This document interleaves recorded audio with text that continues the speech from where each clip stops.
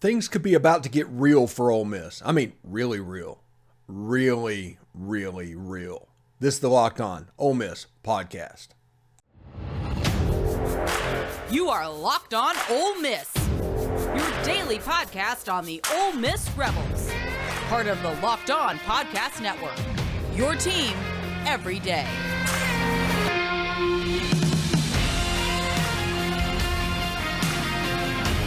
All right, welcome to the Locked On Ole Miss podcast. I am your host, Stephen Willis. Thank you very much for tuning in on this fine Wednesday. I do want to let you know that this episode is brought to you by the FanDuel Sportsbook. It's the official sportsbook of Locked On. Make every moment more.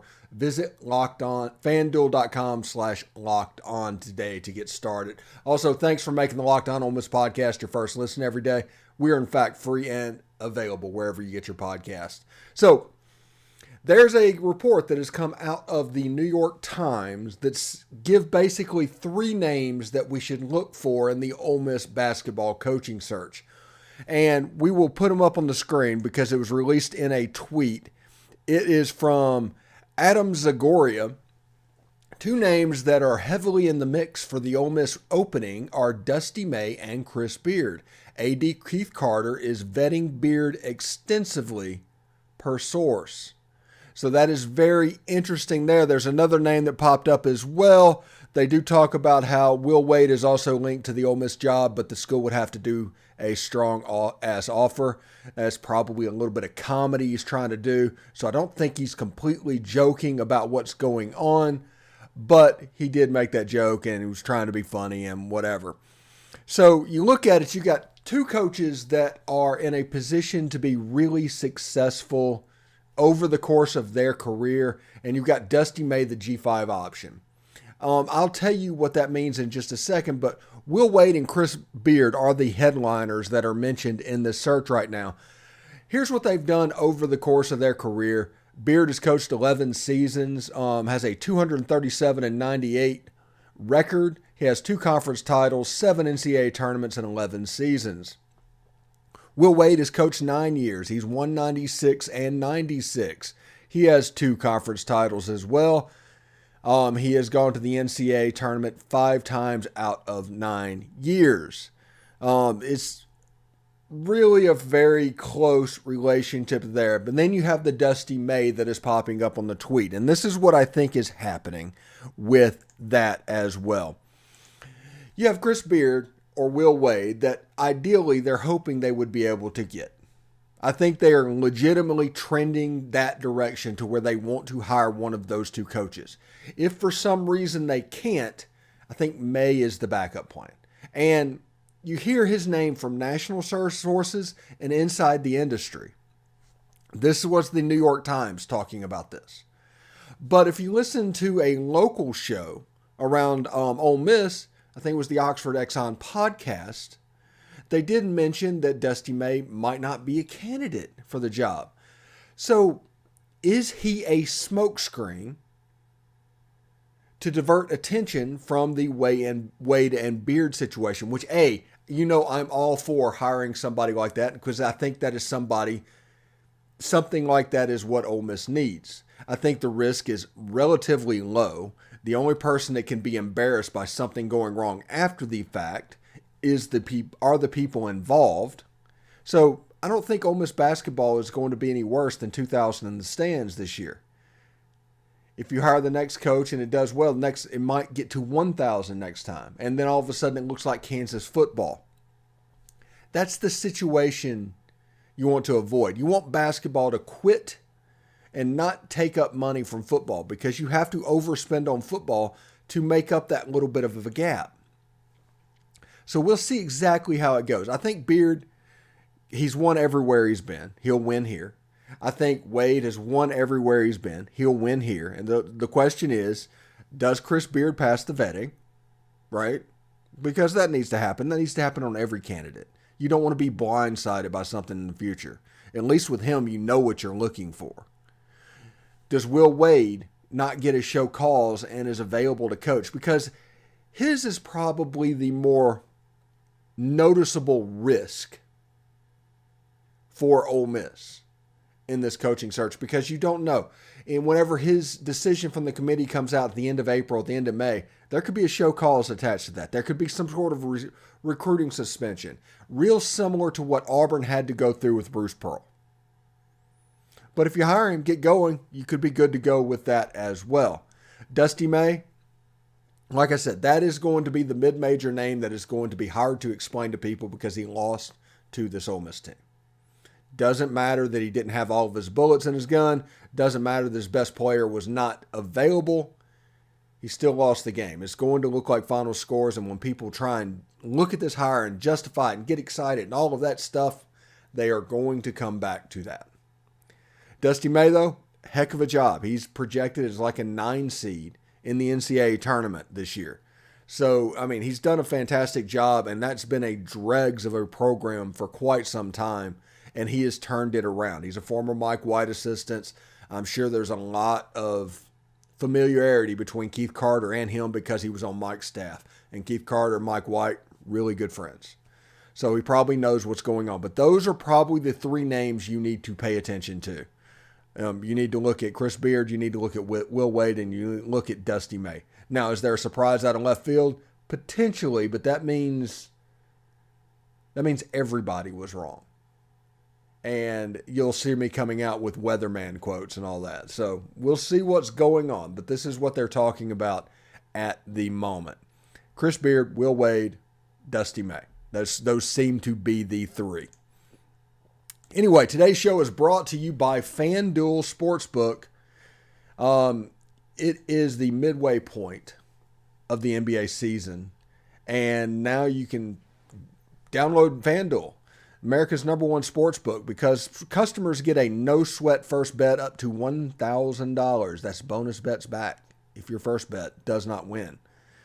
Then you can bet on everything from money line to point scores to threes drained. In the NBA right now, the in vogue thing probably is betting against the Lakers, right?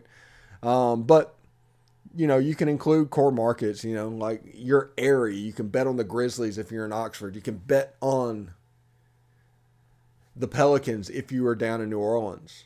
You can do props based on it. Is Ja Morant going to completely go off? Stuff like that. Plus, FanDuel lets you combine your bets for a bigger chance at a bigger payout with same-game parlay. So don't miss out on your chance to get your first no-sweat first bet up to $1,000 in bonus bets when you go to FanDuel.com/lockedon. That's FanDuel.com/lockedon to learn more. Make every moment more with FanDuel. It's an official sports betting partner of the NBA.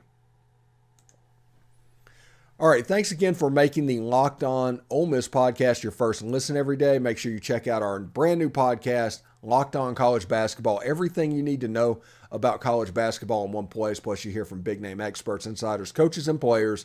Locked On College Basketball, available on YouTube and wherever you get your podcasts. Also, do us a favor, subscribe to the YouTube channel, hit the bell for notifications, comment down below, and upvote the video itself. A little bit later on in this broadcast, we are going to have Andy Patton talking about the basketball coaching search. He is one of the Locked On College Basketball hosts, does a really good job with them. So check them out as well. But we're going to switch gears in this second segment over to football. And this show has concentrated a lot of time on the offensive side of the ball because I've told you, this offense has a chance to be really, really special. There's certain things that have to come together, but the weapons are in place for them to be really, really good. But the success or failure of 2023 will not come from the offensive side of the ball. The offensive side of the ball is going to be good. It's going to be explosive.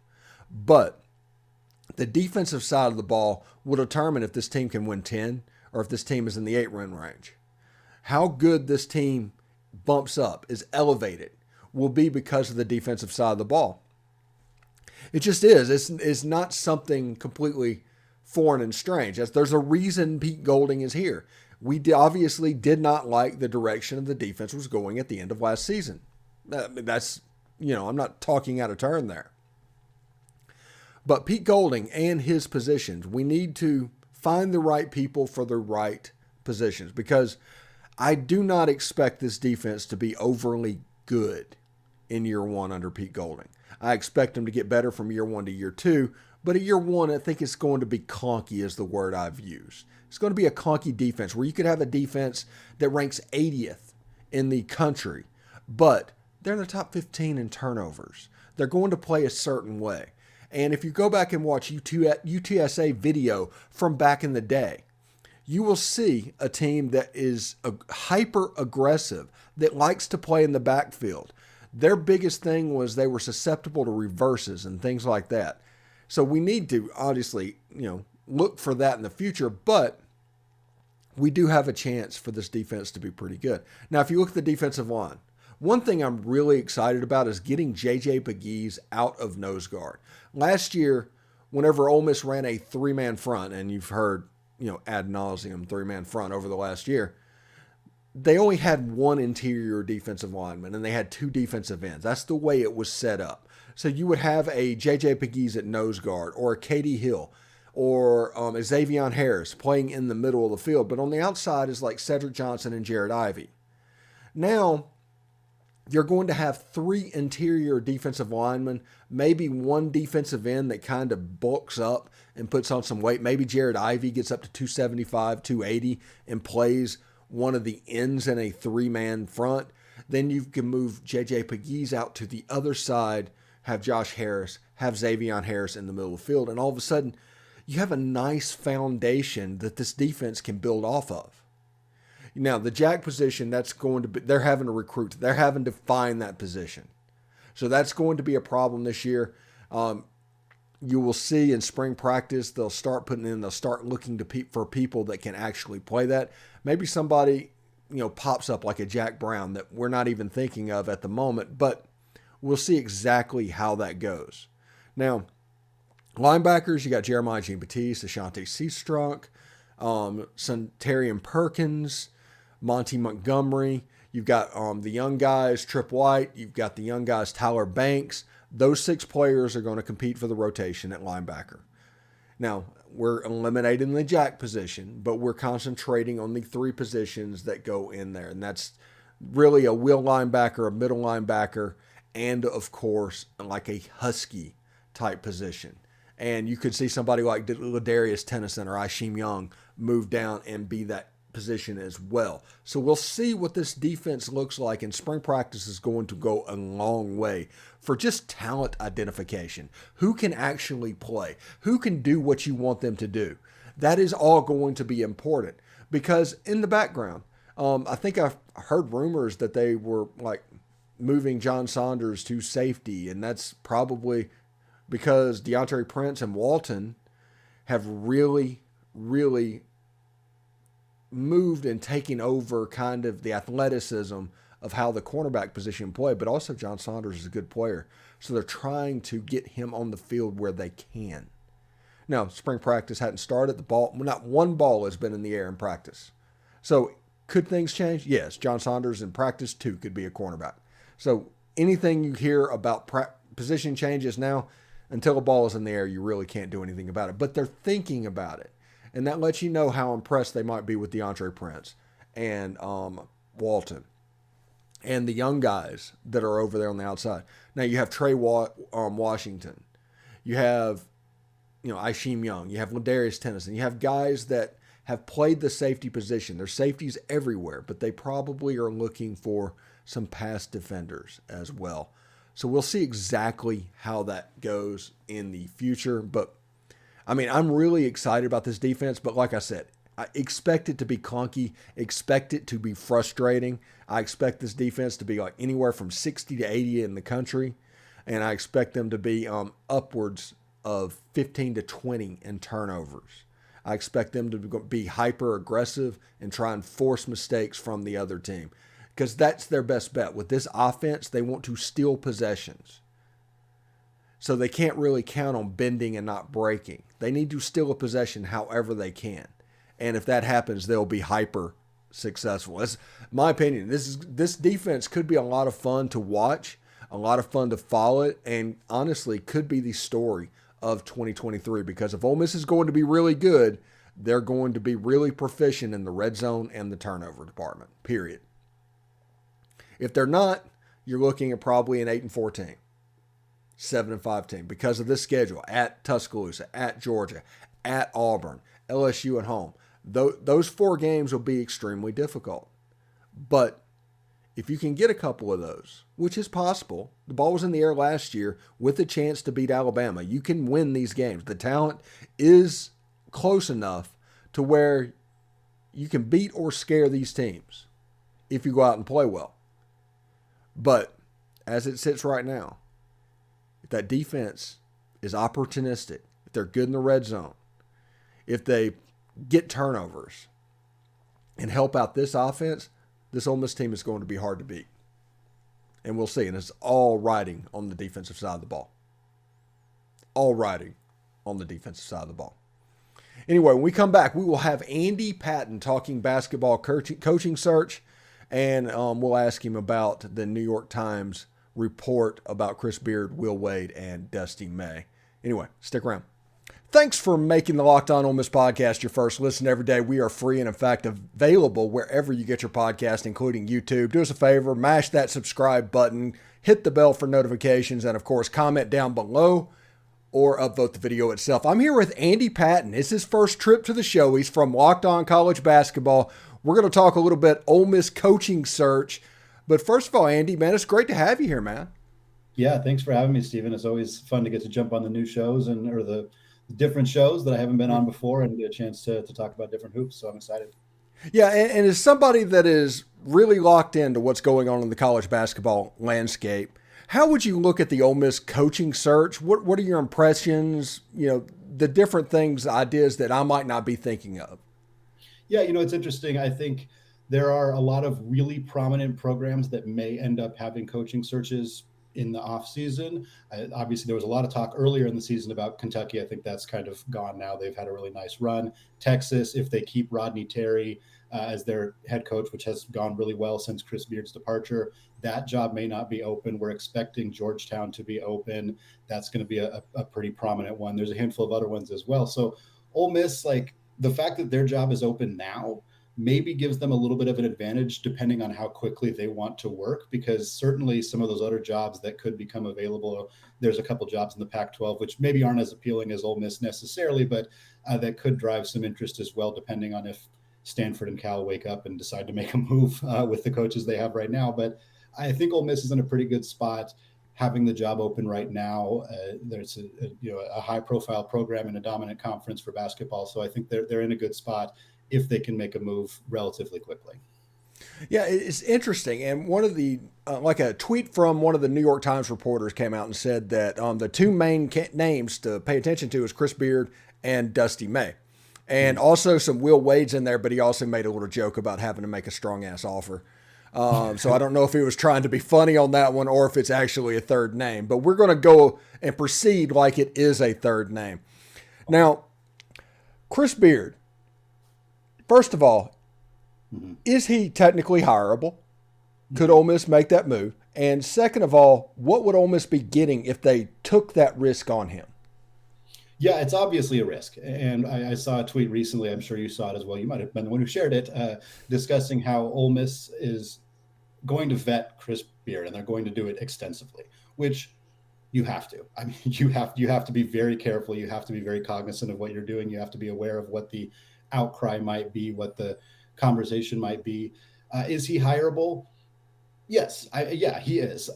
I can understand why some programs would be hesitant, why some programs might say no, absolutely not. I think that that's a defensible argument. But as you alluded to in your show previously, he was cleared of charges by a DA that tends to be pretty strict on domestic violence charges. Does that mean nothing happened? Of course not. Does that mean that he's entirely innocent? No, not necessarily. From a morality argument, I think there's a lot of stickiness there, but I think that you have to make the argument. You have to vet him. You have to check it out. You have to explore it. He's a phenomenal basketball coach. That's not the only thing that matters necessarily, but it is a significant factor. And if he is available, if he is willing to take this job, if you can do, your checks and kind of do the risk assessment, because, somebody like Dusty May, in an entirely different way, also has a lot of risk just from being somebody who doesn't come from a high major program and all that stuff. So you have two very, very different coaching candidates with their same level or a similar level of risk, just entirely different ways. But I do think Chris Beard is hireable if you do your research, your vetting, and come to that conclusion. And my theory on this whole Chris Beard situation, or really on anything when it comes to coaching hire, is that risk is relative. The risk, Chris Beard would be a much bigger risk at Kentucky than he would be at Ole Miss, and where you go down that scale. And so I don't think you actually even have to worry. You could hire Chris Beard, A, at a discount. You're not going to have to pay what Texas had paid for him. B, you don't have to worry about him jumping ship to a bigger program because that risk will still be there. And there's a lot of positives that go on this, but the downside would be the public outcry, because there would be public outcry for about 48 hours. My idea for this: hire Chris Beard on the Wednesday before the NCAA tournament, deal to 24 hours of it, and it's done. Mm-hmm. Yeah, I mean, it makes sense. Definitely understandable to try to bring him in and let that conversation happen, let it kind of die out a little bit. You kind of hope that nothing more comes out of the story, or that there's not any future issues, which is obviously why you do the vetting, is making sure like, hey, we really don't need you in the news again in June or August or November, God forbid. You know, you want them to make sure that things are okay. But if that's the case, I think you would get away with bringing him in, dealing with the outcry, getting through it, starting next season. Maybe it crops up again a little bit in November as the year starts. And then if he wins basketball games, which there's a pretty good chance he wins basketball games, he's a good coach, you're probably in the clear. And from a basketball coaching perspective, he's your top option. Yeah, and the third name that came out on that New York Times report was Will Wade. And Will Wade has just had his hearing with the super bad mean infractions committee that Ole Miss fans are aware of, even though this might be the special one that came out during the basketball scandal. But his decision will not be made, maybe late May, early June. That's the time frame. Mm-hmm. These basketball coaches, though, are not getting show causes that have to go through with this. But it would be a little bit of a risk to gamble that, because they might decide to put Will Wade's scalp on the wall just to say they got somebody. What do you think about Will Wade as a potential option? Yeah, I suspect that Will Wade's he's not going to get completely rammed by the NCAA infraction committee. That's my guess, but trying to predict what the infractions committee is going to do is kind of an exercise in futility. They're very, very unpredictable. From a coaching perspective, a guy who took Virginia Commonwealth to the NCAA tournament twice in the 2 years that he was there, it's hard to win. I mean, the A-10 is tough. It's not the SEC, obviously, but it is tough. And to do that twice with them, to take LSU to the tournament. I mean, look what happened to LSU after he left. I mean, I don't know that anybody could have projected they'd lose, 15 games in a row in the SEC. Like, this program is in a lot worse shape without him there. I think Will Wade's a very good coach. I think it would be a really reasonable decision for Ole Miss. He's proven he can coach at this level, something that you don't get necessarily out of Dusty May, something you obviously get out of Chris Beard, but with more potential risk for outside reasons. Obviously, Will Wade carries that as well, but it's not going to have the same public opinion discourse necessarily. It shouldn't, at least. And again, a guy who he's won 20 plus games in the SEC 4 times in 6 years. That is not easy to do. I think Will Wade, if you feel confident that he's not going to get blasted with some kind of infraction or lose scholarships or anything like that, if you feel good about that, which it's tough to do, not knowing what the NCAA is going to do, I think Will Wade would be a really nice fit at Ole Miss, and I think he would do a really good job there. Yeah, Will Wade coming out of this it kind of reminds you of Bruce Pearl after Tennessee, does it not? A lot, yes. Anyway, what is your prediction? Where do you think Ole Miss is going to go for the search? I think they're going to go with Chris Beard. I honestly do. I think that they're kind of in the spot right now where they can be the team that hires him. They can absorb that risk, maybe more than, like you said, more than some of those other programs might do. I'm not sure that Beard would go to Georgetown. We'll use them as an example, but Georgetown's they're not going to do that. They already had a big enough mess with what they have with Patrick Ewing for different reasons, but they're not going to hire somebody controversial like that, I don't think. I don't think some of the other big programs would do that either. So I think Ole Miss is in kind of a unique position where they want to bring in somebody who can turn the program around, who can help them win basketball games, compete in the conference, and they're probably not at the level where they're going to get just a constant amount of scrutiny for it. So I think Beard is probably the way they're going to go. We didn't talk about May a bunch. I honestly think Dusty May would be I think he's going to be a really good high major coach. It's a risk because, he's 26-3 wasn't great every other year. Of course, you got to build up your program. He's clearly proven he's capable of doing that.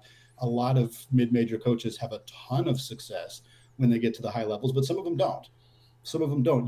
That Will Wade and Chris Beard can coach in the Power Five. I mean, it definitively that they can. That Chris Beard can succeed massively at this level as a coach. So I think that's probably the direction they go. Some people won't like it. I understand the people who don't like it. Like, I get it. I sympathize with that. I understand. But at the same time, it makes a lot of sense. And I think Ole Miss is the kind of school that could make this move.